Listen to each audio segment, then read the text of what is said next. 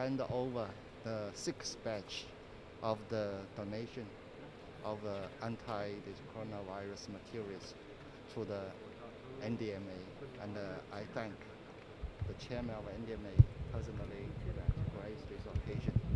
Right now that the coronavirus is spreading in Pakistan, and we have been witnessing your government, your armed forces, your services, as well as your people are fighting against this disease. China as a close friend and a partner of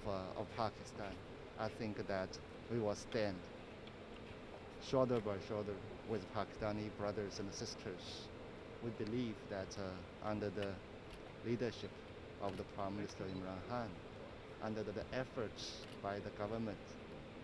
both the federal government and the provincial governments, with the